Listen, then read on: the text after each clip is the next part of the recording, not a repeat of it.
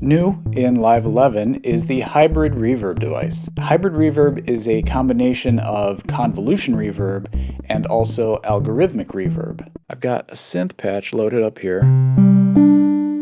So right now, we're not hearing any reverb, we're just hearing the synth because dry wet is set to 0. If I put that to 50%, now we're actually hearing the reverb. By default, it's set to serial. When the sound comes in, it's going to the convolution reverb, and then it goes into the algorithmic reverb, and then it comes out the output. You can also choose to have them in parallel, so it's going into the convolution reverb side and the algorithmic side. You can blend between the two directions, but if you want to just have algorithmic or just the convolution reverb, you can set it here. Send is how much of the signal is actually getting sent into the reverb.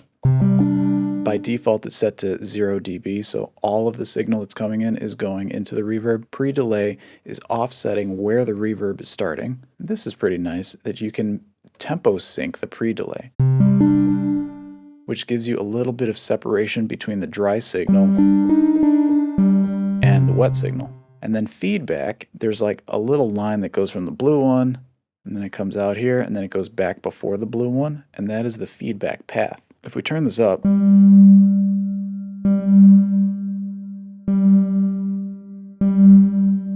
as the reverb signal comes out of the reverb, that is being routed back into the algorithmic reverb only. These parameters here apply to the entire reverb signal, whereas these parameters right here are just for the convolution side of things. Setting this back to convolution, we can just listen to the convolution reverb in isolation. If we turn up the attack, and this is kind of cool, it gives you a visual representation of what's happening to the sound.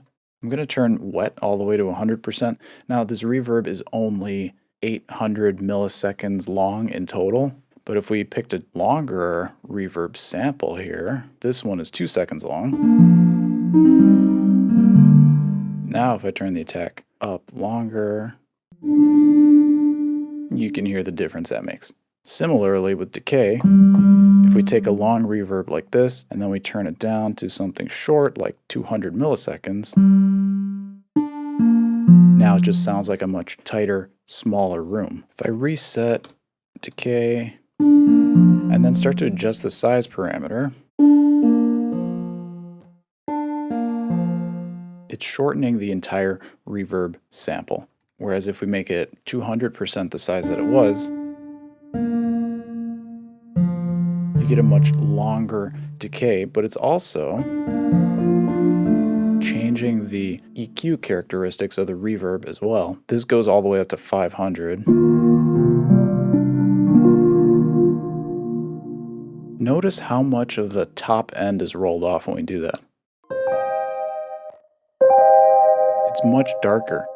I should note that there's also this EQ section, and then there's also this pre-algo button, and that just moves the EQ before or after the algorithmic reverb. By default, it's off, so it's EQing the entire output. Within the convolution reverb section, there is a drop-down that gives you multiple different options.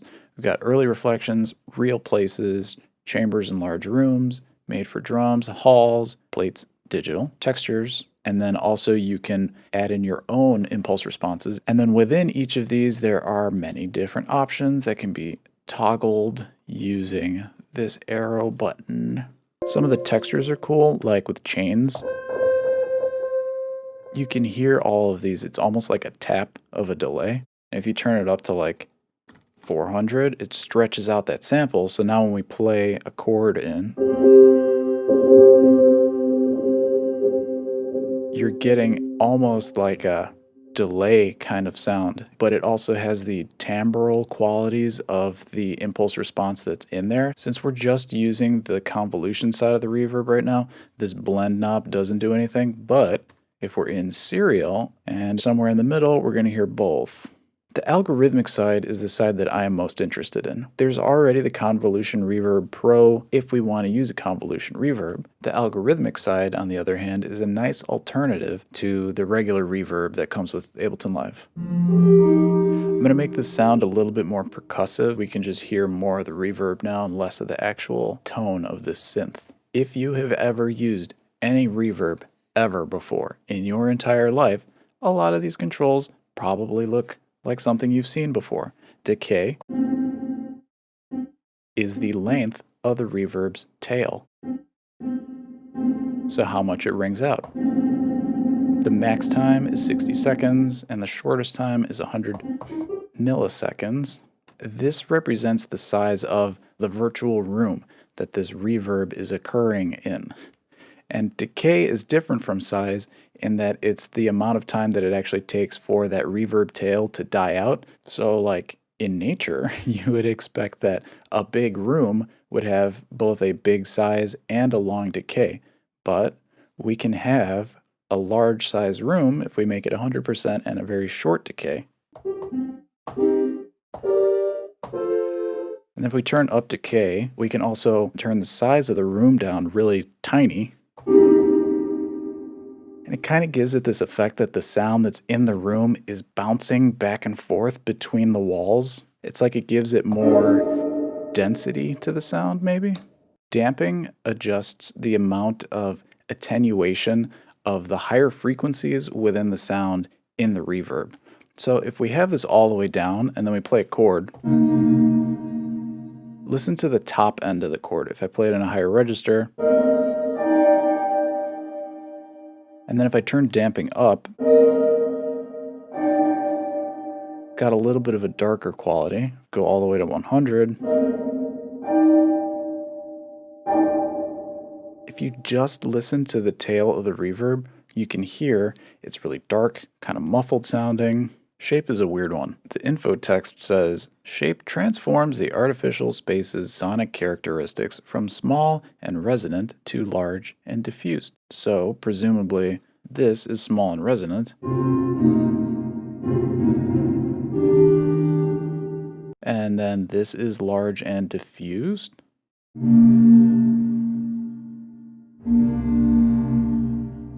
What I really like about the shape knob is just moving it around a bunch. And it's especially cool if you freeze the reverb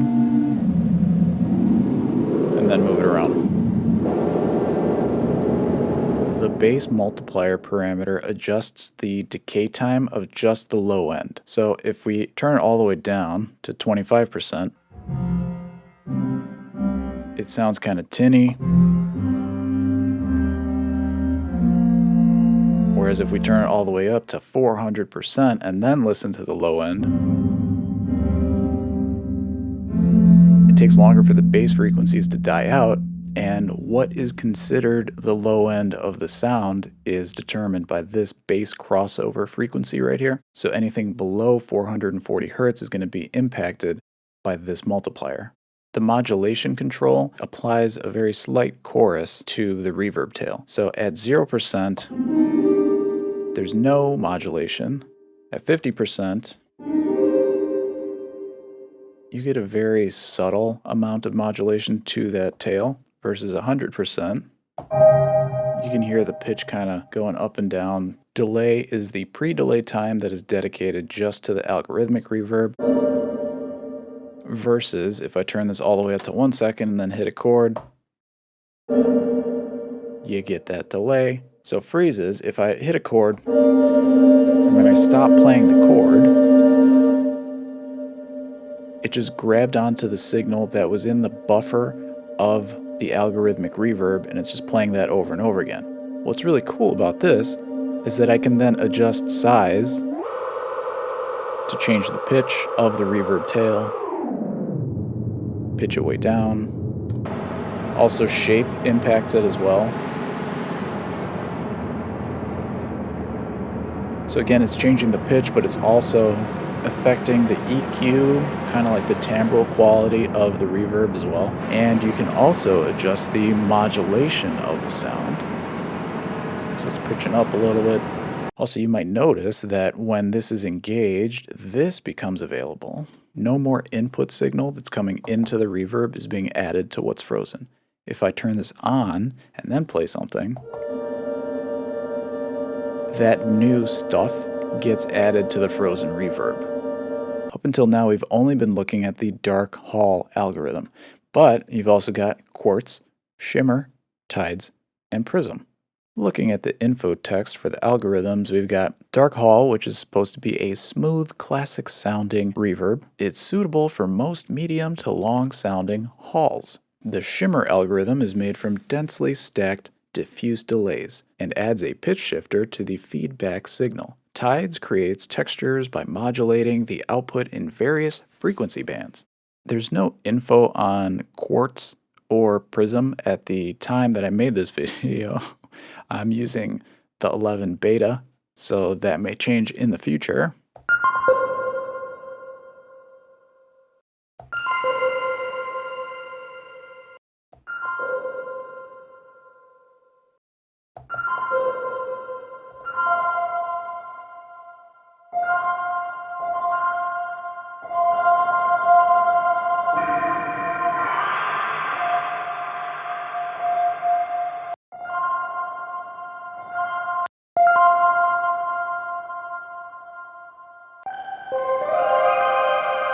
I hate shimmer reverbs. I hate them. Quartz and prism sound really great.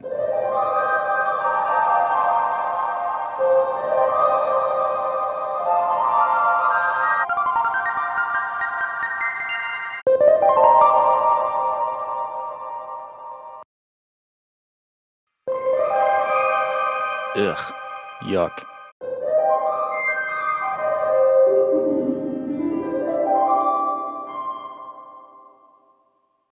To emulate vintage digital reverb units, there is this vintage parameter right here. We've got subtle.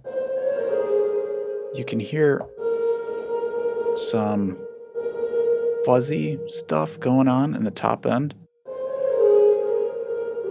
And then as we go up to old, there's a little bit of a roll off in fidelity. There's also some top end noise that's introduced. Again, it sounds a little bit darker, but there's also distortion that's happening in the top end, like you would get with bit reduction or sample rate reduction. And if we go all the way up to extreme, you get that ringing, that resonant ringing sound, which just sounds like bit reduction.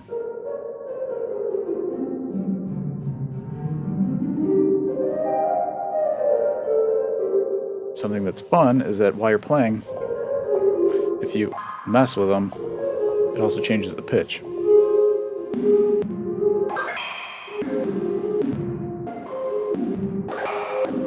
And if you freeze the signal and then you mess with it,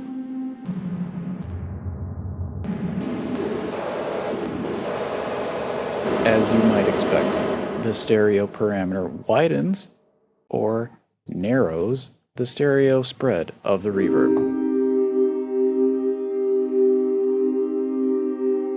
And if you just want to make the bass mono, you can click bass mono.